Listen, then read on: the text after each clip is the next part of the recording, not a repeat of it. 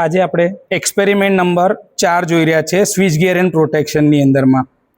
Experiment number 4 જે છે એ આપણો છે to study the protective scheme of parallel feeder. ગયા વખત લગીનમાં મારી પાસે આની પેનલ નહોતી એટલે આ મારો સ્ટડી પ્રેક્ટિકલ હતો, પણ એને હવે આપણે પરફોર્મન્સ વાળો બનાવવા જઈ રહ્યા છે કારણ કે આપણે એની પેનલ લઈ આવ્યા છે. તો હવે ટર્મ 252 અથવા જે આપણું 261 ટર્મ ચાલુ થશે ત્યારથી આપણે આ જે પ્રેક્ટિકલ હશે એ સ્ટડી વાળો નહીં રહે. હવે આપણે લઈશું પરફોર્મન્સ, કે ભાઈ to check the performance of the protective scheme of parallel feeder protection. તો આના માટે આપણી પાસે અહીંયા આગળ એક આ સેટઅપ તૈયાર છે કે જે સેટઅપ ઉપર આપણે આ પ્રેક્ટિકલ કરવાના છે. હવે સૌથી પહેલાં ચાલુ કરતાં પહેલાં આપણને ખબર હોવી જોઈએ કે ભાઈ પેરેલલ ફીડર એટલે શું. તો કે પેરેલલ ફીડરનો મતલબ થાય કે જે આપણું એક બાજુ સોર્સ છે અને એક બાજુ આપણા લોડ છે.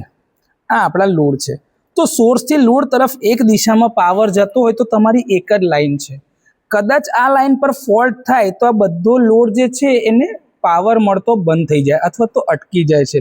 તો એ કેસમાં એની રિલાયબિલિટી વધારવી હોય તો મારે એની સાથે બીજી એક લાઈન અહીં આગળ લગાડેલી હોય જે આ મેઇન લાઈનની સાથે પેરેલલમાં હોય. એટલે આ જે રચના આવી બને છે આને કહેવામાં આવે છે પેરેલલ ફીડર. એટલે કે એક લાઈનની બાજુમાં જ બીજી એક લાઈન, જેના કારણે લોડને ફીડ કરવા માટે એની રિલાયબિલિટીમાં વધારો થઈ શકે. આ તમારો સોર્સ છે અને આ બાજુ તમારો લોડ છે. એ સેમ પ્રકારનું સેટઅપ જ આપણી પાસે અહીંયા આગળ અવેલેબલ છે. જો તમે જોતા હોય તો આ એક બાજુ મારો સોર્સ છે અને એક બાજુ મારો લોડ છે, અને એની વચમાં તમે જોતા હોય તો આ મારા બે પેરેલલ ફીડર છે. જ્યારે આપણે સેટઅપ સમજીશું ત્યારે સેટઅપને ડિટેલમાં સમજાવું છું. પહેલાં એના માટેની આપણે થિયરી પર ધ્યાન આપીશું. તો થિયરીમાં એવું છે કે ભાઈ ફીડર જે છે ઇલેક્ટ્રિકલ પાવર સ્ટેશનની અંદર અથવા તો સબસ્ટેશનની અંદરમાં બહુ ઇમ્પોર્ટન્ટ એલિમેન્ટ છે, કારણ કે એ એક કનેક્ટિંગ લિંક છે જે સોર્સને લોડ સાથે જોડે છે.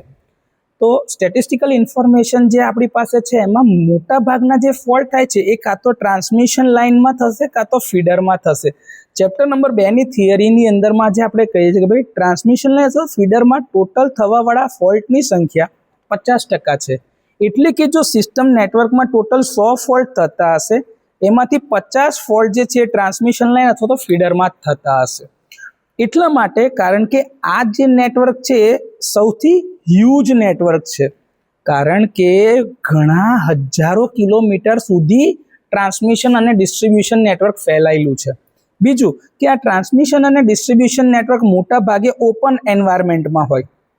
ઓપન એન્વાયરમેન્ટમાં એટલે એના ઉપર વાતાવરણની બધી જ અસર થશે, જેના ઉપર બધી સિઝનની, ટેમ્પરેચરની, હ્યુમિડિટીની બધાની અસર એના ઉપર થાય છે. સાથે સાથે મિકેનિકલ ડેમેજ થાય, કાં તો કોકવાર ધારો કે સાપ જે છે એ તમારો ચડી ગયો હોય ત્યાં આગળ તો ટાવર પરથી એ બની શકે તો બે લાઈનને અડકી જતો હોય, ચામાચીડિયા જે છે એ ચોંટી જતા હોય છે. તો આ કેસની અંદરમાં મોટા ભાગે તમારા ફોલ્ટ એવા થતા હોય છે કે જે ટ્રાન્સિયન્ટ અથવા તો થોડાક મોમેન્ટરી માટે થતા હોય, પણ એ ફોલ્ટ થાય છે ત્યારે તમારે લાઈનને ડિસ્કનેક્ટ કરવી પડે છે. હવે એ ટાઈમ દરમિયાન તમારે જે ક્રિટિકલ લોડ આ ફીડર ઉપરથી ચાલતા હશે આ બાજુ એને પાવર સપ્લાય મળતો બંધ થઈ જશે. તો એવા લોડને ચાલુ રાખવા માટે, સિસ્ટમની રિલાયબિલિટી વધારવા માટે આપણે શું કર્યું કે ભાઈ બીજો એક પાથ આપ્યો પેરેલલ ફીડર. હવે આ પેરેલલ ફીડર તમે લગાડ્યો તો બની શકે કે ભાઈ હેવી ફોલ્ટના કેસમાં આ લાઈન બી જતી રહે ને આ લાઈન બી જતી રહે, કેમ કે આપણે જે આ પ્રોટેક્શનની વાત કરીએ છીએ એ મોટા ભાગે ઓવર કરંટ પ્રોટેક્શન છે. કયું છે? Over current protection. હવે આ ઓવર કરંટ પ્રોટેક્શન જે છે એની એક સૌથી મોટો ડિસએડવાન્ટેજ એ છે કે આ પ્રકારનું પ્રોટેક્શન જે છે હંમેશા ઓવર રીચ થતું હોય. ઓવર રીચ એટલે કે પોતાના ઝોનની બહાર બી ઓપરેટ થઈ જાય. તો બની શકે કે કોઈ એક રિલે આ બાજુના ફીડરમાં ઓપરેટ થતાં પહેલાં બીજી રિલે ઓપરેટ થઈ જાય. તો એ મુશ્કેલી અથવા તો એ તકલીફને દૂર કરવા માટે આપણે એની અંદરમાં રચનાની અંદરમાં થોડું મોડિફિકેશન કરી લીધું કે આની અંદરમાં જે રિલે લાગશે તો અહીંયા આગળ ટોટલ તમારી 4 રિલે લગાડવામાં આવશે. એ 4 રિલેની અંદરમાં આ 2 રિલે જે હશે જે લોડ એન્ડ ઉપર લાગેલી હશે એ તમારી ડાયરેક્શનલ પ્રકારની હશે. કઈ હશે? ડાયરેક્શનલ પ્રકારની હશે. અને આ 2 હશે એ નોન ડાયરેક્શનલ હશે. એ કેવી હશે? નોન ડાયરેક્શનલ પ્રકારની. એની પાછળ બી કારણ છે. આને એટલા માટે ડાયરેક્શનલ બનાવી કારણ કે આ બાજુ બીજું કોઈ સોર્સ નથી અને એને કોઈ બેકઅપ પ્રોટેક્શન આપવાની જરૂર નથી. અને એટલા માટે જ એક ત્યારે જ ફોલ્ટ થાય કે જ્યારે ફોલ્ટ અંદર તરફ થાય, એટલે એની દિશા જો તમારી સોર્સ તરફ જોવાની છે. એટલે કે લાઇનની અંદર ફોલ્ટ થાય તો જ આ રિલે ઓપરેટ થાય, બાકી આ રિલે ઓપરેટ થવાના નથી. એટલે આપણે એને ડાયરેક્શનલ ફીચર આપ્યું કે જે આ બાજુના સાઈડ ઉપર કોઈ બી ફોલ્ટ થાય તો એ રિલે ઓપરેટ થાય નહીં. એના માટે ઓપરેટ થવાવાળી રિલે આ છે. હવે આ રિલેને બાય ડાયરેક્શનલ અથવા તો નોન ડાયરેક્શનલ એટલે બનાવવામાં આવે છે કે કદાચ સોર્સ એન્ડ ઉપર કોઈ ફોલ્ટ થયો તો એને એનું બેકઅપ આપવું પડશે. એ બેકઅપ આપવા માટે આ રિલે લગાડેલા છે અને એટલે જ આને કોઈ દિશા આપવામાં આવતી નથી. એટલે આપણા સેટઅપમાં બી તમે જોશો ને તો આપણી પાસે આ બે રિલે છે. આ બંને તમારી નોન ડાયરેક્શનલ છે એટલે કે બાય ડાયરેક્શનલ કહેવાય કે ભાઈ બે દિશામાં ઓપરેટ થશે. અને આ તમારી ડાયરેક્શનલ રિલે છે. તમે જોશો તો બંનેના નંબર જો લખેલા છે 7SR1002 છે, 7SR1002 આ તમારું નોન ડાયરેક્શનલ છે અને 04 છે. આ 04 જે છે એ તમારું ડાયરેક્શનલ ફીચર સાથે છે. તો રિલે 3 અને રિલે 4 જે છે એ તમારા ડાયરેક્શનલ એલિમેન્ટ છે. રિલે 1 અને રિલે 2 જે છે એ તમારા નોન ડાયરેક્શનલ એલિમેન્ટ છે.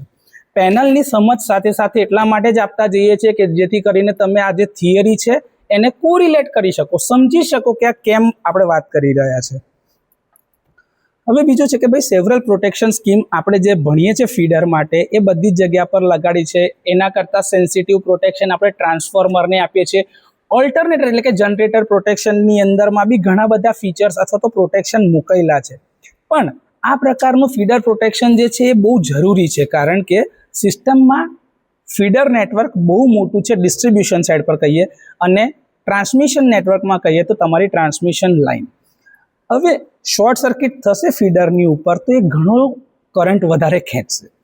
એ કેસની અંદરમાં બહુ વધારે હીટ પ્રોડ્યુસ થશે જેના કારણે આગ લાગવાની શક્યતા બી છે અથવા તો બીજા ઇક્વિપમેન્ટને ડેમેજ થઈ શકે છે અને સિસ્ટમનું ઓપરેશન જે છે એ પણ આમાં મુશ્કેલીમાં મુકાઈ શકે છે.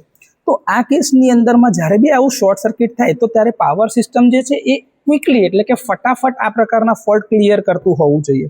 અને એના માટે જ આપણે ઓવર કરંટ પ્રોટેક્શન આપીએ છીએ કારણ કે કરંટનું મૂલ્ય વધવું, શોર્ટ સર્કિટ થાય એટલે તમારો રેઝિસ્ટન્સ ઝીરો થઈ જાય. રેઝિસ્ટન્સ અથવા તો ઇમ્પિડન્સ તમારો ઝીરો થાય એનો મતલબ થાય I=V/Z. એટલે કે જો આની કિંમત ઝીરો થાય તો કરંટ તમારો ઇન્ફાઇનાઇટ એટલે કે ઘણા ડેન્જરસ મૂલ્યની નજીક પહોંચી જાય, એટલે કે કરંટનું મૂલ્ય બહુ જ વધી જાય. અને એટલે જ આ પ્રકારના પ્રોટેક્શન માટે જ આપણે કઈ રિલે લગાડીએ છીએ? Over current protection relay. આ સૌથી સિમ્પલ અને સાદામાં સાદું પ્રોટેક્શન આપણે વર્ષોથી આપીએ છીએ એટલે આ પ્રોટેક્શન બહુ પ્રચલિત છે. અને એટલે જ ઓવર કરંટ રિલે તરત આવો શોર્ટ સર્કિટ ફોલ્ટ ડિટેક્ટ કરશે અને સિસ્ટમને ડેમેજ થતો અટકાવશે. રિલે જેવો આ ફોલ્ટ સેન્સ કરે એટલે તરત જ રિલે એના ટાઈમ અને કરંટના સેટિંગ પ્રમાણે ઓપરેશન થશે. એના ઓપરેશન ટાઈમ પ્રમાણે એ બ્રેકરને સિગ્નલ આપશે અને બ્રેકર તમારું ઓપન થઈ જશે. હવે જો ફોલ્ટ જે છે એ એક પર્ટિક્યુલર ઝોનમાં થયેલો હોય તો એ નિયરેસ્ટ સર્કિટ બ્રેકર એટલે કે ધારો કે પહેલા ઝોનની હું વાત કરું છું, જો એમાં ફોલ્ટ થયો હોય તો આ પહેલા ઝોનના બ્રેકર જ ઓપરેટ થવા જોઈએ તો રિલાયબિલિટી સચવાઈ જાય, તો સિલેક્ટિવિટી જળવાય, તો સિસ્ટમ તમારી સ્ટેબલ રહી શકે. હવે ફોલ્ટ અહીંયા આગળ થયો હોય ને અહીંનું બ્રેકર ઓપરેટ થઈ જાય તો આ બંને લાઈન એકસાથે પિક્ચરમાંથી નીકળી જશે તો આ લોડને પાવર મળતો બંધ થઈ જાય. તો એ કેસમાં સિલેક્ટિવિટી પ્રોપર્ટી જે છે એ જળવાતી નથી, રિલાયબિલિટીની જે પ્રોપર્ટી છે એ નથી જળવાતી. તો આ કેસની અંદરમાં તમારે રિલેનું પ્રોટેક્શન એવું હોવું જોઈએ કે જેથી એ એડિક્વેટ અથવા તો એવું કહી શકાય કે એકદમ ચોક્કસ કે એને પોતાના ઝોનને જ સાચવવાનો છે. ઝોનની બહાર અનનેસેસરી ખોટા ટ્રિપિંગ આપીને બધો લોડ જે છે અથવા તો સિસ્ટમની અંદરમાં ખોટા ટ્રિપિંગ આપવાના નથી. સાથે સાથે વાત કરીએ કે ભાઈ રિલે જે છે કેવા હોવા જોઈએ, તો રિલે સિલેક્ટ કરતી વખતે આપણે હંમેશા જે જાણકારી હોવી જોઈએ તો કે ભાઈ જે તમારું રિલે છે એના સેટિંગ બરોબર હોય અને જે પ્રોટેક્શન આપવાના છે એ પ્રોટેક્શનનો ખર્ચો જે છે મર્યાદાની અંદરમાં એટલે કે જે ટોટલ ખર્ચો હોય એના 5%થી 10%થી વધવું જોઈએ નહીં પ્રોટેક્શનનો ખર્ચ. એટલે સૌથી પહેલાં ઇકોનોમિક કન્સિડરેશનને આપણે ધ્યાન પર લઈએ છીએ. બીજું, એને કનેક્શન કરવા માટે જે પાયલોટ વાયર જે છે એની લંબાઈના આધારે જે મિસમેચ થતું હોય તો અમુક વાર ખોટું ટ્રિપિંગ આવી જાય અથવા તો રિલેના ઓપરેશનમાં ખોટા ડિલે એડ થતા જાય. અને જો એ ડિલે વધારે એડ થતો જાય તો એ સિસ્ટમમાં એ કરંટ વધારે લાંબો ટાઈમ રહેશે, તો એ સિસ્ટમમાં ઇક્વિપમેન્ટને વધારે નુકસાન કરશે. તો આ વસ્તુનું બી તમારે ધ્યાન રાખવાનું છે. એટલે બીજો મુદ્દો જે આપણે લઈએ છીએ ધ્યાન પર એ છે અવેલેબિલિટી ઓફ પાયલોટ વાયર્સ. ત્રીજો છે કે સિસ્ટમનું અર્થિંગ કેવું છે, કેમ કે મોટાભાગના જે ફોલ્ટ થશે એ લાઇન ટુ ગ્રાઉન્ડ પ્રકારના ફોલ્ટ થતા હોય છે. બીજું કે હવે એ જોવાનું છે કે ભાઈ સ્વિચિંગ સ્ટેશન એટલે કે જે તમારું સબ સ્ટેશન છે એ સપ્લાય એન્ડ અને લોડ એન્ડની વચ્ચે ક્યાં ફોલ્ટ થાય છે એ જોવાનું છે. તો ત્યાં આગળ તમારે આટલા મુદ્દાને ધ્યાન પર લેવાના છે. એમાં ઇકોનોમિક કન્સિડરેશન આપણા માટે સૌથી વધારે ઇમ્પોર્ટન્ટ એટલા માટે છે કારણ કે જે પ્રોટેક્શન આપવાનું છે એનો ખર્ચ એક સીમા કરતાં એટલે કે એક મૂલ્ય કરતાં વધવો ના જોઈએ, જેથી કરીને તમે આ પ્રોટેક્શન સરળતાથી આપી શકો. કારણ કે ફીડર નેટવર્ક બહુ મોટું છે અને દરેક ફીડરમાં તમારે આ પ્રકારનું પ્રોટેક્શન આપવાનું છે. તો એ ખર્ચની એક મર્યાદા નક્કી હોય જે 5 થી 10% વધવી જોઈએ નહીં. બીજું કે આ ફીડર આ જે રિલે તમે લગાડવાના છો, આ જે બ્રેકર લગાડવાના છો, એનું ઓવરઓલ ખર્ચ જે છે એ ઓછો હશે તો તમે વધારે પડતી રિલે અથવા તો વધારે પડતા બ્રેકર લગાડી શકશો, જેથી પ્રોટેક્શન વધારે સારું બનશે. હવે એવું બી નથી કે આડેધડ તમારે રિલે લગાડ જ કરવાના છે, બ્રેકર મૂક જ કરવાના છે. આમાં બી ખર્ચો હટાવવા માટે જ આપણે જે પ્રોટેક્શન જે બેકઅપ જોયા હતા, બેકઅપ આપણી પાસે 3 પ્રકારના હતા: લોકલ બેકઅપ, રિલે બેકઅપ અથવા તો બ્રેકર બેકઅપ જે તમે કહેતા હોય એ બ્રેકર બેકઅપ. અને એ ના કરવું હોય તો આપણે વાપરતા હતા રિમોટ બેકઅપ. તો આપણે સૌથી વધારે જે પ્રચલિત છે એ રિમોટ બેકઅપ જ બધી જગ્યા પર વાપરીએ છીએ કારણ કે ખર્ચ ઓછો કરવો છે. અને એટલા માટે જ ઇકોનોમિકલ બનાવવા માટે આપણે જે બી સિસ્ટમ વાપરીશું એમાં રિમોટ બેકઅપનો જ યુઝ કરીશું. આ તમારું બેસિક છે. હવે જે બી રિલે તમે લગાડો, આ રિલેની અંદરમાં બંને ફીચર્સ હોવા જોઈએ કે જે લાઇન ટુ ગ્રાઉન્ડ ફોલ્ટ થાય ત્યારે બી ઓપરેટ થાય અને લાઇન ટુ લાઇન ફોલ્ટ થાય ત્યારે બી ઓવર કરંટ પ્રોટેક્શન આપે. એટલે કે રિલે જે છે એ લાઇન ટુ ગ્રાઉન્ડ ફોલ્ટ માટે તેમજ લાઇન ટુ લાઇન ફોલ્ટ માટે બંને માટે ઓપરેટ થવા જોઈએ. આ રીતે ઇકોનોમિકલ કન્સિડરેશનને તમારે સાચવવાનું છે. બીજું છે અવેલેબિલિટી ઓફ પાયલોટ વાયર્સ. કારણ કે પાયલોટ વાયર્સ જે છે એ રિલેના કનેક્શનને CTPT લઈને છેક રિલેના કનેક્શનથી બ્રેકર સુધીના કનેક્શનમાં જવાના છે. તો હવે એવું થાય કે એક બાજુના પાયલોટ વાયરની લંબાઈ વધારે હશે અને બીજી બાજુના પાયલોટ વાયર્સની લંબાઈ જો ઓછી હશે તો બને કે જે બાજુ લંબાઈ વધારે છે ત્યાં ઇમ્પિડન્સ વધી જશે. ઇમ્પિડન્સ જો વધી જાય તો ત્યાં કરંટ ઓછો થઈ જશે. તો એ એક સાથે બ્રેકરને ઓપરેટ નહીં કરી શકે. અને આ સૌથી વધારે તકલીફ ત્યારે બને છે જ્યારે તમારે ઇન ઝોન એટલે કે ડિફરન્શિયલ પ્રોટેક્શન જેવું પ્રોટેક્શન આપવાનું છે.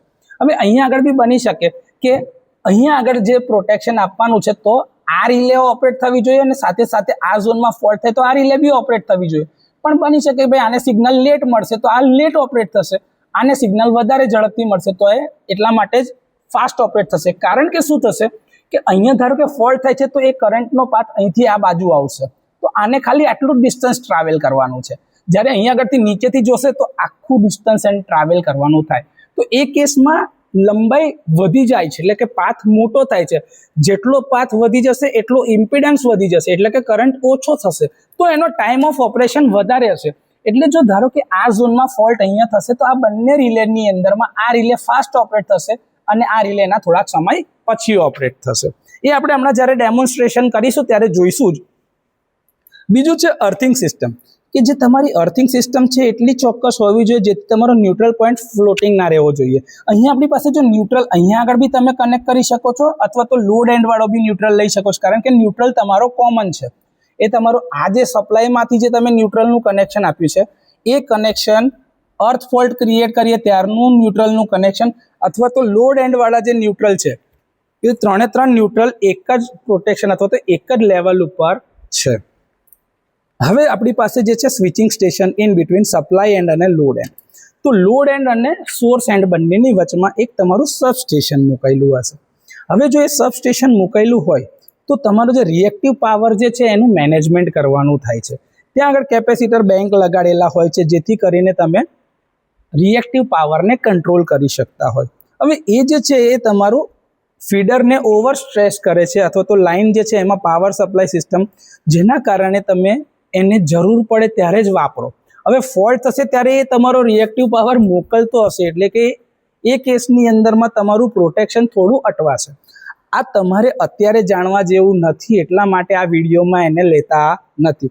પણ જ્યારે આપણે ક્લાસમાં થિયરી સમજાવીશું ત્યારે આપણે એને વધારે ડિટેલમાં સમજીશું. આવા કેસ આપણી પાસે 3 અલગ અલગ પ્રકારના છે જે આપણે ત્યારે ડિસ્કસ કરવાના છીએ. હવે કે આપણે જે લાઇનનું પ્રોટેક્શન છે એની અંદરમાં શું હોવું જોઈએ, તો ભાઈ ફોલ્ટ દરમિયાન ખાલી જે નજીકનું બ્રેકર હોય એ જ તમારું ઓપરેટ થવું જોઈએ, બીજા કોઈ બ્રેકર ખોટા ઓપરેટ થવા જોઈએ નહીં. આ એની રિલાયબિલિટી પ્રોપર્ટી છે. આ કોણ છે? એની રિલાયબિલિટી પ્રોપર્ટી છે.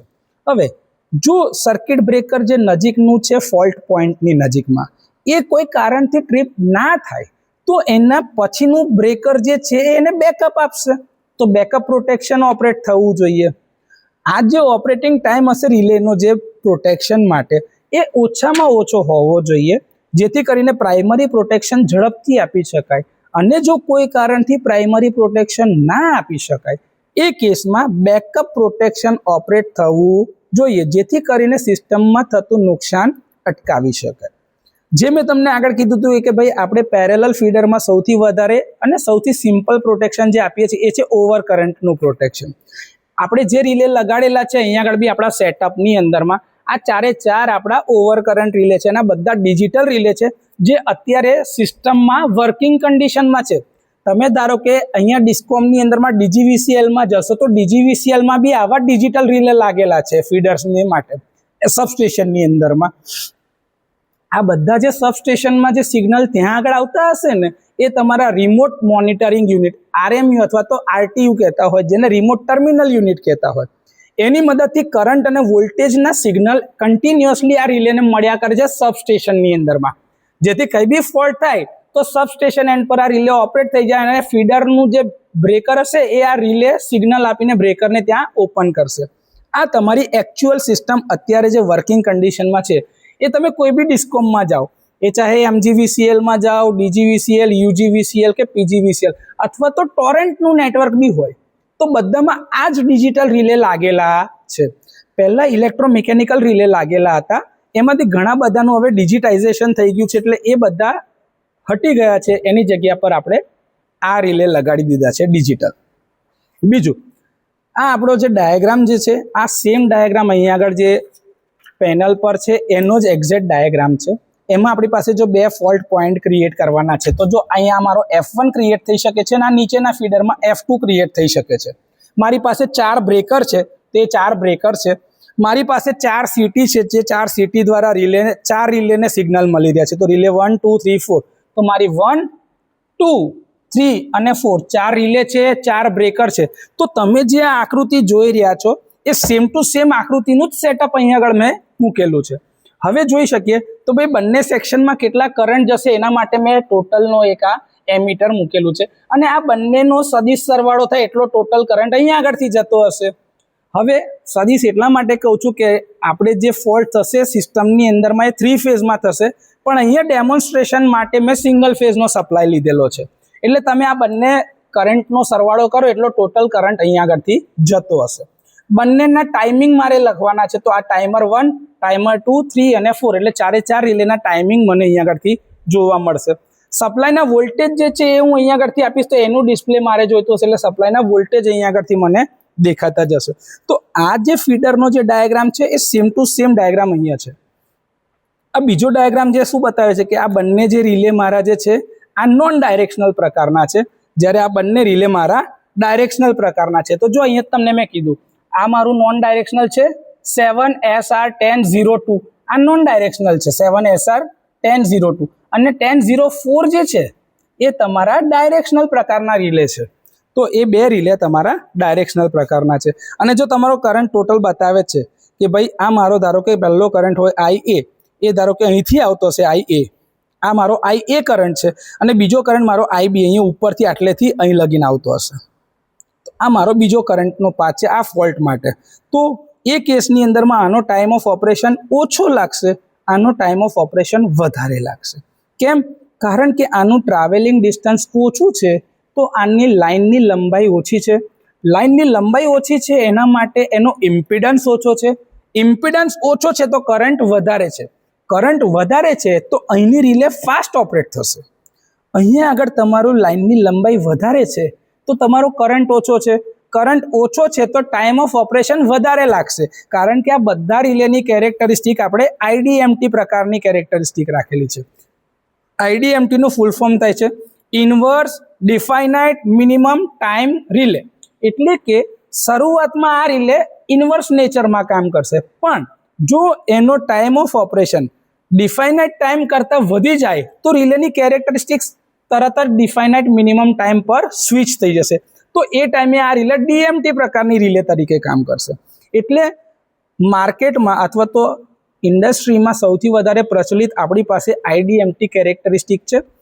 આઈડીએમટી કેરેક્ટરિસ્ટિક કેમ અસ્તિત્વમાં આવી એ આપણે અગાઉ ઓલરેડી ઓવર કરંટ રિલેની કેરેક્ટરિસ્ટિકની જ્યારે વાત કરતા હતા અથવા તો જે પ્રેક્ટિકલનું ડિસ્કશન છે ત્યારે તમને આ બંને કેરેક્ટરિસ્ટિક વચ્ચે સમજાયું હતું કે ભાઈ ડીએમટી શું કહેવાય અને ઇન્વર્સ શું કહેવાય, અને આ બંનેના સારા ગુણને ભેગા કરીને એક નવી કેરેક્ટરિસ્ટિક બની જેને આપણે આઈડીએમટી કેરેક્ટરિસ્ટિક કહીએ છીએ. જો આ એનું ઓપરેશન છે જે મેં તમને કીધું એ કે આઈએ અને આઈબી કરંટના સરવાળાના કારણે તમારો ટોટલ ફોલ્ટ કરંટ આઈએફ બને છે. તો આપણે આ વસ્તુ જોઈ લીધી છે. હવે આની અંદરમાં જે છે ડિસ્ટન્સ રિલે જે છે એનો પ્રોબ્લેમ. તો ડિસ્ટન્સ રિલે આપણે વાપરીએ તો લંબાઈ બે બાજુની અલગ છે. તો જો લખેલું છે current reversal on double circuit line, તો એક બાજુનો કરંટ તમારો ફોરવર્ડ ડિરેક્શનમાં છે અને આ તમારું કરંટ રિવર્સ ડિરેક્શનમાં. એને જવાનું હોય અહીંયા આગળ સોર્સથી લોડ તરફ, પણ એની જગ્યા પર અહીંયા આગળ ફોલ્ટ થાય, ફોલ્ટ થશે એટલે લો ઇમ્પિડન્સ પાથ આપશે.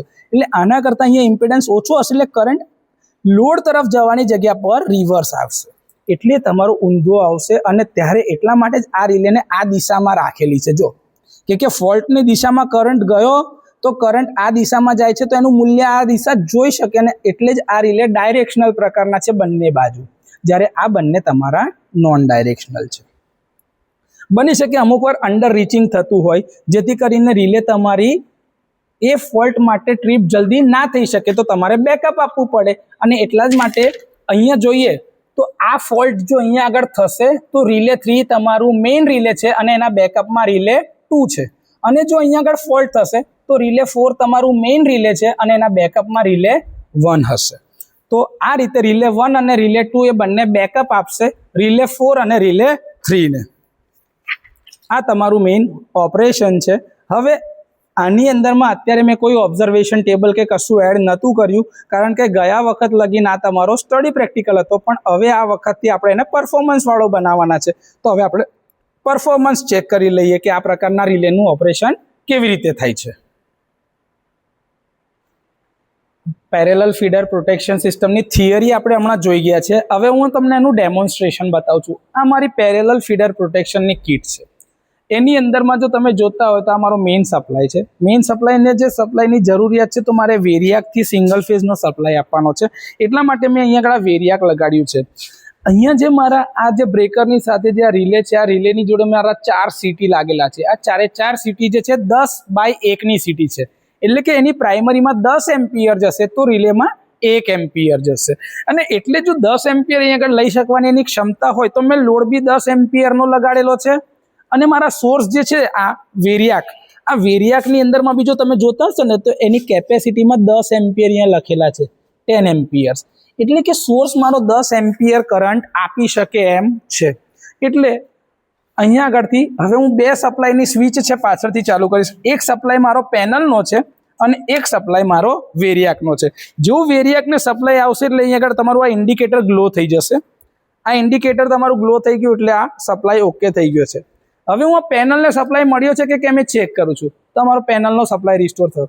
હવે જેવું આ થશે એટલે આ રિલે તમારા ડિજિટલ રિલે જે છે એ તમારી સિસ્ટમ ચેકિંગ ચાલુ કરશે, એટલે પોતાના સોફ્ટવેરને બધું ચાલુ કરશે અને પછી નોર્મલ પર આવી જશે. એ જ્યાં સુધી થાય છે ત્યાં સુધી તમે બીજું સમજો કે આ મારું 2 એમીટર છે, જે ઉપરના સેક્શનમાં કેટલો કરંટ જશે એ માપશે, નીચેના સેક્શનમાં કેટલો કરંટ જશે એ માપશે. આ મારો મેઇન કરંટ કેટલો છે સોર્સમાંથી એની વાત છે અથવા તો એનું મેજરમેન્ટ છે, અને કેટલા સપ્લાયના વોલ્ટેજ આપી રહ્યા છે આ વેરિયાકથી એ અહીંયા આગળ મપાશે. વેરિયાકના 2 છેડા જે છે પોઝિટિવ એટલે ફેઝ અને ન્યુટ્રલ, એ ફેઝ અને ન્યુટ્રલમાં મેં કનેક્ટ કરી દીધા છે. અમારી જો રિલે ચેક થઈ ગઈ. જો અહીં લખેલું છે relay 1 non directional relay, relay 3 directional relay, relay 4 directional, relay 2 non directional relay. એટલે અહીંયા આગળ મારા રિલે સેટ કરેલા છે. આ મારું પહેલી રિલે માટેનું ટાઈમર T1 છે, બીજી રિલે માટે ટાઈમર T2 છે, ટાઈમર T3 છે અને ટાઈમર T4 છે. હવે જો તમે જોતા હશો તો આ રિલેની અંદરમાં ચાલો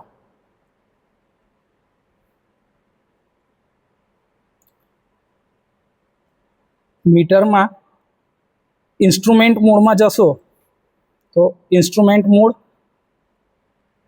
ફોલ્ટ ડેટા, કંટ્રોલ મોડ, આ તમને આના સેટિંગ્સ દેખાશે.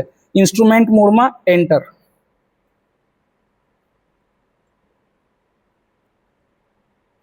હવે આ જેવું મેં આ ઓપન કર્યું તો આવ્યું ક્વિક લોજિક ટુ વ્યૂ કરવા માટે મારે કઈ એરો કી દબાવવાની છે? આ જો E14 છે નીચે.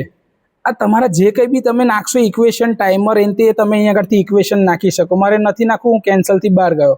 બીજું ઇન્સ્ટ્રુમેન્ટ મોડ ફેવરેટ મીટર્સમાં ગયો, આનાથી ફેવરેટ મીટર્સ. હવે મીટર મારે જોવા હોય તો મારે શું કરવાનું છે? તો જો એરો બતાવેલો છે તો આ એરો કી દબાવું છું તો જો એમાં મારો ન્યુટ્રલનો કરંટ કેટલો છે અને ગ્રાઉન્ડનો કરંટ કેટલો આવશે ને IN અને IG મને બતાવશે. બરાબર છે. ફેવરેટ મીટર્સની અંદરમાં પછી બીજા કરંટવાળા મીટર મારે જોવા છે તો કરંટવાળા મીટર જોવા હોય તો કયો એરો છે? સાઈડનો. તો સાઈડ જો દેખાય છે ત્રણે ત્રણ IA, IB અને IC ત્રણે ત્રણ ફેઝના કરંટ.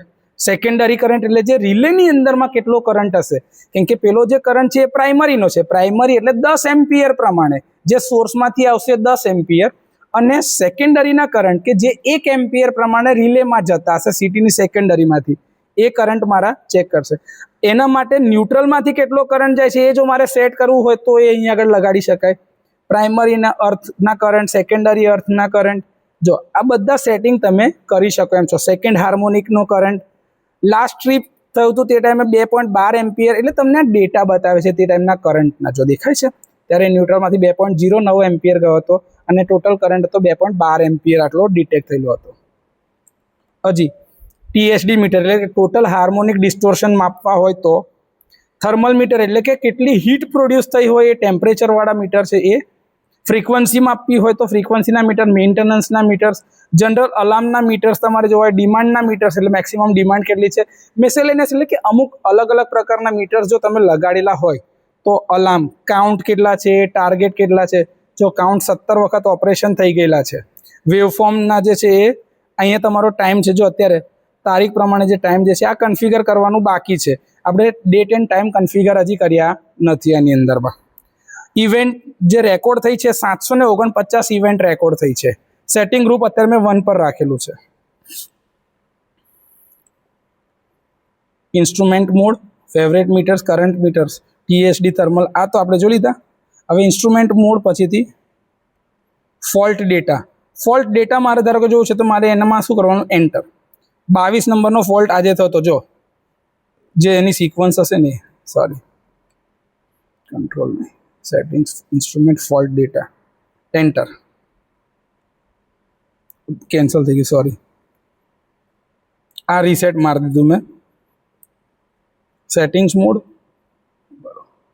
સિસ્ટમ કન્ફિગરેશન જોવા છે તો આ મારું સિસ્ટમની ફ્રીક્વન્સી 50 હર્ટ્ઝ પર સેટ કરેલી જ છે. સિસ્ટમનું કન્ફિગરેશન જે છે એક્ટિવ G1 ગ્રુપ 1 આપણે સેટ કર્યું છે, ગ્રુપ 1 કન્ફિગર કર્યું છે. વ્યૂ અથવા તો એડિટ ગ્રુપ કરવું છે તો એને કરો એન્ટર. 1 નંબર જ છે, ઓકે, કેન્સલ. બીજું સેટિંગ્સ જે છે ડિપેન્ડન્સી આપણે એનેબલ કરી જ રાખેલી છે. ફેવરેટ મીટર્સ ટાઈમર રાખેલા જ છે. બેકલાઇટ, આ ડેટ એન્ડ ટાઈમ તમારે સેટ કરવા હોય તો એના માટે છે. અહીંયા આગળ ડેટ અને ટાઈમ સેટ કરવા માટે. કરંટના સેટિંગનું જે તમારું ડિસ્પ્લે છે એ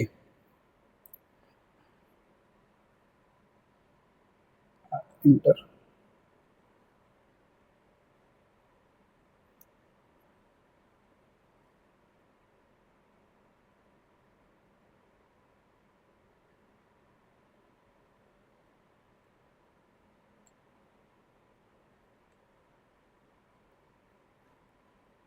favourite meters, backlight, date and time, કરંટનું સેટિંગ, ઉભા રહો, કરંટનું સેટિંગ જે છે એ એન્ટર. કેટલા ટાઈમ નોર્મલ કરંટ જે છે એ જોઈએ છે. એટલે અત્યારે મેં કશું નહીં કર્યું, એટલે 1 ટાઈમ નોર્મલ કરંટ, એટલે જેટલો એની અંદરમાંથી જે કરંટ જતો હશે એટલો કરંટ એ અહીંયા આગળ લેશે, જે ત્યાં આગળ સેટિંગ મેં કરી રાખ્યું. અર્થ ફોલ્ટ માટેનો કરંટનું સેટિંગ જે છે સિલેક્ટ ગ્રુપ મોડ, તો કે એજ ટ્રિગર એટલે કે પોઝિટિવ એજ આવે કાં તો નેગેટિવ એજ આવે, એના પર તો આપણે પોઝિટિવ એજ ઉપર ટ્રિગર થતું હશે. ક્લોક સિન્ક્રોનાઇઝ જે છે અત્યારે ડિસેબલ છે, તમે એ કરી શકો છો, તો ક્લોક અને ડેટ એન્ડ ટાઈમ એની મેથે થઈ જશે. ઓપરેટિંગ મોડની અંદરમાં લોકલ બેકઅપ જોઈએ છે કે રિમોટ બેકઅપ જોઈએ છે, એ બધું અહીંયા આગળથી આપણે કન્ફિગર કરી શકાશે. એક્ટિવિટીનો સિમ્બોલ જે છે એ દેખાશે. અનએક્સપેક્ટેડ રીસ્ટાર્ટ બ્લોકિંગ ને બધું પાસવર્ડ આપણા નાખવાના નથી. એ કંટ્રોલ કોડ ટ્રીપ અલર્ટ, તમે ટ્રીપ એલર્ટ એનેબલ રાખેલું છે એટલે કે ટ્રીપિંગ થશે તો તમને એ દેખાશે. જો આ ટ્રીપ છે ને અહીંયા આગળ એલઈડી ગ્લો થશે એટલે આપણે એને એનેબલ કરી રાખેલું છે. જનરલ અલાર્મ હશે તો દેખાશે. આ 51G એટલે તમારું અર્થ ઓવર કરંટ પ્રોટેક્શનમાં છે અને આ તમારું અર્થ ફોલ્ટના પ્રોટેક્શનમાં છે. Clear? Circuit identifier non directional પ્રકારનું. સિસ્ટમનું કન્ફિગરેશન હવે કેન્સલ કરો. CTPTના કન્ફિગરેશન તમારે જે જોવા હોય તો જોવા માટે આ ફેઝનો ઇનપુટ કરંટ કેટલો છે? 1 એમ્પિયર પર, બરોબર છે. CT રેશિયો પ્રાઇમરી કેટલાનો છે? 10 અને સેકન્ડરી 1. એટલે જે મેં તમને કીધું ને 10:1 CT છે, તો 10 પ્રાઇમરીમાં નાખ્યો છે અને સેકન્ડરીમાં 1 નાખેલું છે. અર્થ ફોલ્ટ કરંટનું ઇનપુટ કેટલું છે? 1 એમ્પિયર પર. એટલે કે ભાઈ સેકન્ડરીમાં 0.1 એમ્પિયર કહેવાશે અને પ્રાઇમરીની અંદરમાં 1 એમ્પિયર છે, એ સેટિંગમાં નાખેલા છે. અર્થના CTનો રેશિયો કેટલો છે? 10:1 છે. જો દેખાવ આ સેકન્ડરી અને આ એનું ઉપર પ્રાઇમરી બતાવે ઉપર જઈને છે. અર્થ ફોલ્ટની CTનો રેશિયો પ્રાઇમરીમાં 10 એમ્પિયર છે, સેકન્ડરીમાં 1 એમ્પિયર છે. દેખાય છે? ફેઝ રોટેશન જે છે ABC, જે તમારી ફેઝ સિક્વન્સ છે એની વાત છે. અત્યારે એની જરૂર નથી કારણ કે આપણે સિંગલ ફેઝ પર જ કરી રહ્યા છે. તો જે જરૂરી હતી એ સેટિંગ્સ મેં તમને બતાવ્યા એટલે તમને ખબર પડશે કે આ જે CT છે આ ચારે ચાર કેટલાની છે? 10/1 ની, એટલે કે પ્રાઇમરીમાં 10 એમ્પિયર અને સેકન્ડરીમાં 1 એમ્પિયર પર જશે. ફંક્શન કન્ફિગરેશન કરીએ. હવે ફંક્શન કન્ફિગરેશનમાં જો ફેઝ ઓવર કરંટ જે છે ડિસેબલ છે, પછી કોલ્ડ લોડ એ બી ડિસેબલ રાખેલું છે, ડિરાઇવ્ડ અર્થ ફોલ્ટ એ ડિસેબલ છે, મેજર્ડ અર્થ ફોલ્ટ એટલે મેં ફેઝ અને ન્યુટ્રલમાં અર્થ ફોલ્ટ રાખેલું છે એટલે મારો અર્થ ફોલ્ટ પ્રોટેક્શન થશે. હવે એ જ જગ્યા પર મારે જો ઉપર તમે જે છે ને આ ફેઝ ઓવર કરંટ જે છે એને ધારો કે મારે એનેબલ કરવું છે,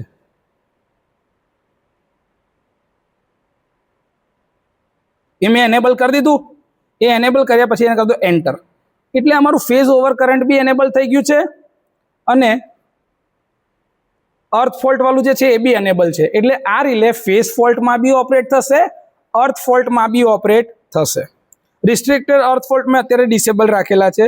NPS એટલે કે નેગેટિવ ફેઝ સિક્વન્સ ઓવર કરંટમાં ડિસેબલ રાખેલા છે.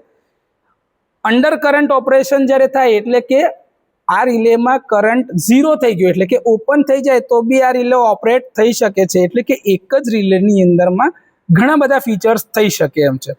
થર્મલ પ્રોટેક્શન એટલે કે ઓવરલોડ પ્રોટેક્શન બી આપી શકે એમ છે આ રિલે. લાઇન ચેક કે ભાઈ આખી થરો લાઇન તમારી ઓકે છે કે નહીં એ તમે ડિસેબલ રાખ્યું છે.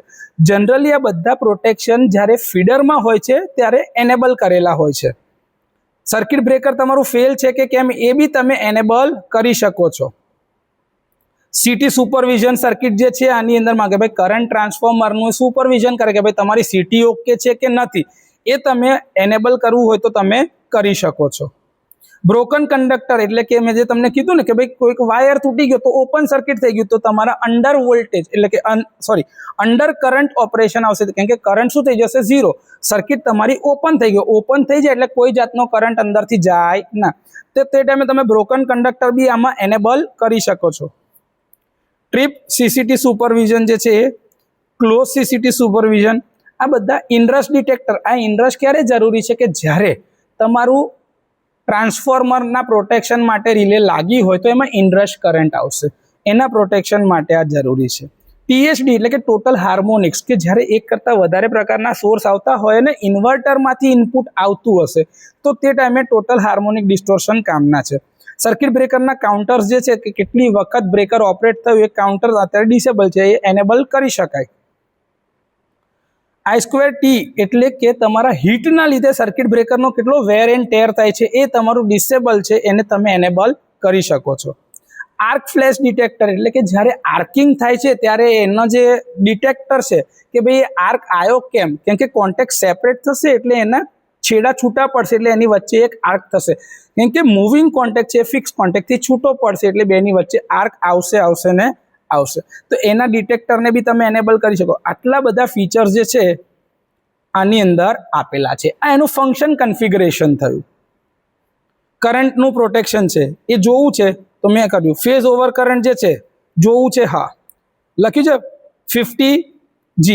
આ જે છે ને 50 એ કઈ વેલ્યુ કરંટની મેજરમેન્ટમાં લેશે તો કે ભાઈ આરએમએસ વેલ્યુ. આરએમએસ વેલ્યુ પર એ ઓપરેટ થશે. 51 એટલે મારું અર્થ ઓવર કરંટ પ્રોટેક્શન, એમાં બી ઓપરેશન થશે ત્યારે કઈ વેલ્યુ લેશે? કરંટની આરએમએસ વેલ્યુ. 51 નો પહેલો એલિમેન્ટ જે છે આપણે ડિસેબલ રાખેલો છે, બીજો બી ડિસેબલ રાખેલો કારણ કે આપણે એક જ પ્રોટેક્શન અહીંયા આગળ જોઈએ છે એટલે મેં 1 અને 2 જે સેકન્ડ અને ફર્સ્ટ ઓર્ડર હોય હમણાં આપણે ડિસેબલ રાખેલા કેમ કે આપણે સિંગલ જ ઓપરેશન જોઈએ છે. મેજર્ડ અર્થ ફોલ્ટ જે છે તો એના માટેનું પ્રોટેક્શન હોય તો જો એમાં બી લખેલ છે 50G આરએમએસ વેલ્યુ, 51G એ બી આરએમએસ વેલ્યુ પર ઓપરેટ થશે, બાકી બંને ડિસેબલ. જો આ 50G1 નો એલિમેન્ટ 1 એનેબલ રાખેલો છે કેમ કે એ અર્થ ફોલ્ટ માટે એનેબલ કરેલું છે. એનું સેટિંગ કેટલું છે તો ભાઈ ટોટલ જે ન્યુટ્રલ કરંટ જતો હશે એના 0.2%. એટલે આપણો કરંટ ધારો કે 10 એમ્પિયર જાય છે તો 10 એમ્પિયરના 0.2 એટલે તમારા 2 એમ્પિયર મેક્સિમમ જઈ શકશે. આ તમારું ન્યુટ્રલ કરંટનું સેટિંગ છે. ડિલે 5 સેકન્ડનું મેં આ ટાઈમરનું ડિલે રાખેલો છે એટલે જેવો અર્થ ફોલ્ટ થશે કરંટ મારો હવે 2 એમ્પિયર કરતાં જેવો અહીંયા વધારે દેખાશે ને એટલે આ રિલે 5 સેકન્ડના ટાઈમર પર ઓપરેટ થશે. એટલે ટાઈમ ઓફ ઓપરેશન મેં નાખી દીધો કે ભાઈ 5 સેકન્ડમાં રિલે ઓપરેટ થવી જોઈએ. બીજું જે છે ડિસેબલ રાખેલું છે કેમ કે એક જ વાર ઓપરેટ થવાનું છે. આ મેજર અર્થ ફોલ્ટ વાળું થઈ ગયું. હવે આ કરંટનું પ્રોટેક્શન છે જોવું હોય તો આ ફેઝ ઓવર કરંટ જોવા માટે આ 50G આરએમએસ 51 બધું નાખેલું છે. તમારે સેટિંગ્સ જ આના નાખવાના છે. કેન્સલ, આમાંથી બહાર નીકળો. કંટ્રોલ અને લોજિકના ઇનપુટ કન્ફિગરેશન તમારે જે બી ઇનપુટ કન્ફિગર કરવા હોય એ બતાવ્યા તમને. જો આ ઇનપુટ કન્ફિગરેશન તમારે કરવા હોય તો જેટલા બી પેરામીટર નાખવા હોય તમારે એ તમે અહીંયા આગળથી તમે નાખી શકો છો. જનરલ અલાર્મ ને અંતે બધું આ બધા સેટિંગ જે છે ઓલરેડી આપણે કરી નાખેલા છે, જે હમણાં તમને બતાવવાની જરૂરિયાત એટલે નથી કારણ કે નહીં તો પ્રોટેક્શનનો જે મેઇન પાર્ટ છે જે તમારે ફંક્શનિંગ શીખવાનું છે એ વિડીયો બહુ લાંબો થતો જશે. તો આ જે તમને સેટિંગ્સ બતાવ્યા છે મેં એ જ રીતે આ બધામાં સેટિંગ્સ કરેલા છે. એ સેટિંગ્સ માટે એવું હશે તો એક અલગથી વિડીયો બનાવી દઈશું જે તમારે સેટિંગ્સ જાણવા હોય તો. હવે જો અહીંયા આગળ હું શું કરી રહ્યો છું કે ભાઈ આ સિસ્ટમ મેં ચાલુ કરી આપી, બધાના બ્રેકર ઓન કરી રહ્યો છું. બ્રેકર ઓન કરીશ તો જ આ કરંટ જે છે એ રિલેમાં થઈને સિટીમાં થઈને આ લોડમાં આવશે. ત્યાં આ લોડ સુધી કરંટ પહોંચાડવા માટે આ બ્રેકર ઓન કરવા જરૂરી છે એટલે અમે બ્રેકર ઓન કર્યા. હવે અહીંયા આગળ આ લોડની સ્વિચને ઓન કરું છું જેથી કરીને કરંટ જઈ શકે. આ લોડની સ્વિચ મેં ચાલુ કરી છે, 2-3 સ્વિચ ચાલુ કરી છે. હવે ધીરે ધીરે જો અહીંયા આગળથી આ સોર્સના વોલ્ટેજ આપવા લાગીશ એટલે આ ડિસ્પ્લે પર જો વોલ્ટેજ આવવા લાગશે. દેખાય 8, 9, 10 જેમ જેમ હવે વોલ્ટેજ આવશે ને ધીરે ધીરે કરંટ બી આવવા લાગશે.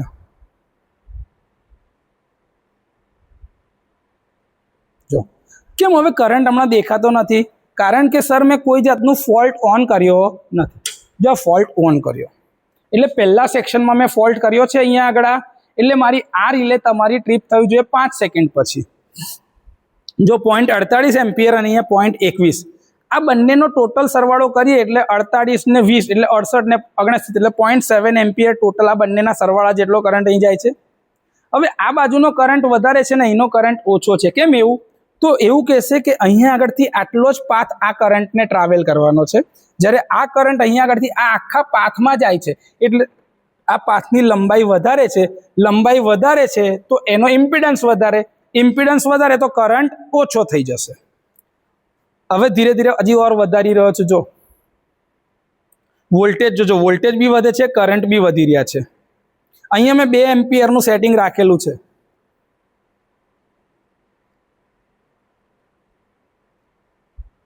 જો આ 125, 127, 130 વોલ્ટ કરંટ બી વધી રહ્યો છે. જો ઓવરઓલ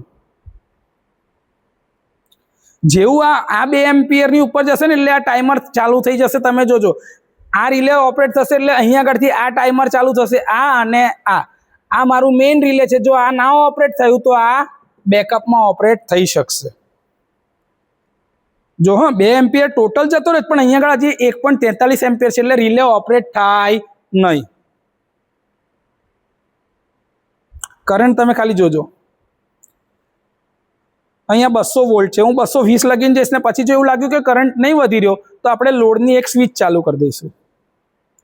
જો આ 220 વોલ્ટ આપ્યા છે મેં, 220 ઉપર 2.61 એમ્પિયર ને અહીંયા 1.78 છે. આપણે આપણા ઘરે જે 230 વોલ્ટ RMS વોલ્ટેજ આવે છે એ 230 આપી દઈએ અહીંયા આગળ.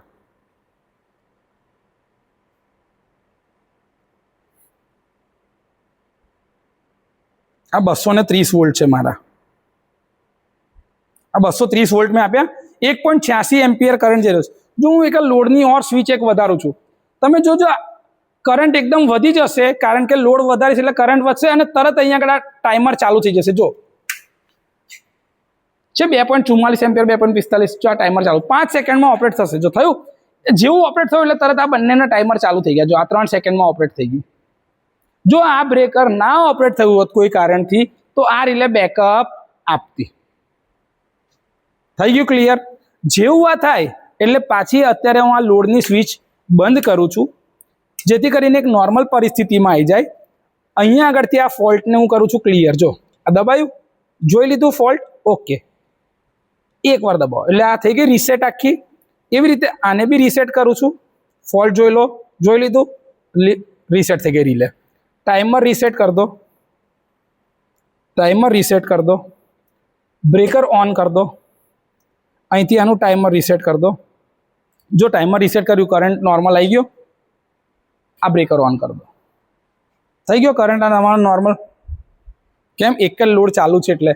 હવે હું સેક્શન બદલું છું. ધારો કે હું આ નીચેના સેક્શનમાં ફોલ્ટ કરું છું. અહીંયા અહીં નીચેના સેક્શનમાં મેં ફોલ્ટ ઓન કર્યો છે. જોજો અહીં નીચે છે ઓનની સ્વિચ, વોલ્ટેજ એટલા ને એટલા જ છે. હવે ખાલી ને ખાલી આ બદલું છું. જો કરંટ બદલાશે, આને ઓફ કરી દઈએ, કેમ કે 2 સેક્શનમાં ફોલ્ટ નહીં થાય. નીચે ફોલ્ટ કરે છે, ઉપરનો ફોલ્ટ ઓફ કરી દીધો છે. જો ચાલુ થઈ ગયું, 5 સેકન્ડમાં ઓપરેટ થઈ જશે તરત. આ અને આ બેના ટાઈમર ચાલુ થઈ ગયા, 3 સેકન્ડમાં આ રિલે જતી રહી. એટલે મારો આ નીચેનો ફીડર જે છે એ ફોલ્ટી ફીડર છે, એ મારો હટી ગયો. પણ જો આનું બ્રેકર બી ઓન છે, આનું બ્રેકર બી ઓન છે, એટલે કે લોડ હજી બી આ બ્રેકર થઈને ફીડ થતું હશે. ક્લિયર છે? તો આ રીતે તમારું પ્રોટેક્શન કામ કરે છે. હવે આ મેં નોર્મલ પરિસ્થિતિ લાવી દીધી, ફોલ્ટને ઓફ કરી દીધો. ફોલ્ટ જોઈ લેવાનો, ફોલ્ટ જોઈને તરત રિલેને રીસેટ કરી દીધી. રિલે રીસેટ, આને બી રીસેટ કરી દઉં છું. મારી રિલે રીસેટ થઈ ગઈ. ટાઈમર રીસેટ કરી દઉં છું, ટાઈમર રીસેટ કરી દઉં, ટાઈમર રીસેટ કરી દઉં. થઈ ગયું? જો તમે હવે ચાલુ કરશો ને તો જો આ બ્રેકર ઓન, બ્રેકર ઓન, મારી સિસ્ટમ પાછી હેલ્ધી કન્ડિશનમાં આવી ગઈ. જો 230 વોલ્ટનો સપ્લાય વોલ્ટેજ, સિસ્ટમ ઓન છે, લોડની અંદરમાં એક સ્વિચ જઈ રહી છે એટલે જે ટોટલ કરંટ જતો હોય એ બતાવશે. અત્યારે મેં કોઈ જગ્યાએ ફોલ્ટ કરેલો નથી એટલે આ મારે ફોલ્ટ વાળું જે છે આ ફેઝની જગ્યા પર હું અહીંયા આગળ લગાડી દઉં. ધારો કે એક જ મિનિટ, જો બતાવું તમને. સિસ્ટમને હમણાં બંધ કરું છું. જો આ નોર્મલ કન્ડિશનની અંદરમાં કેટલો કરંટ જાય છે ને એ જો તમારે જોવો ને તો અમે લોડ લગાડી દીધો મારો. હવે આ સપ્લાય ઓન કરું છું, 230 વોલ્ટ છે.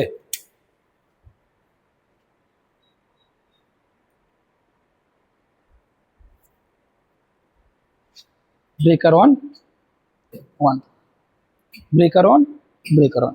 જો આ 0.82, 0.98 આટલો કરંટ બેમાં વેચે છે એટલે ટોટલ 1.80 એટલે કે લગભગ 2 એમ્પિયરનો કરંટ જઈ રહ્યો. જો 2 સ્વિચ ઓન છે, આ તમારી નોર્મલ કન્ડિશન છે.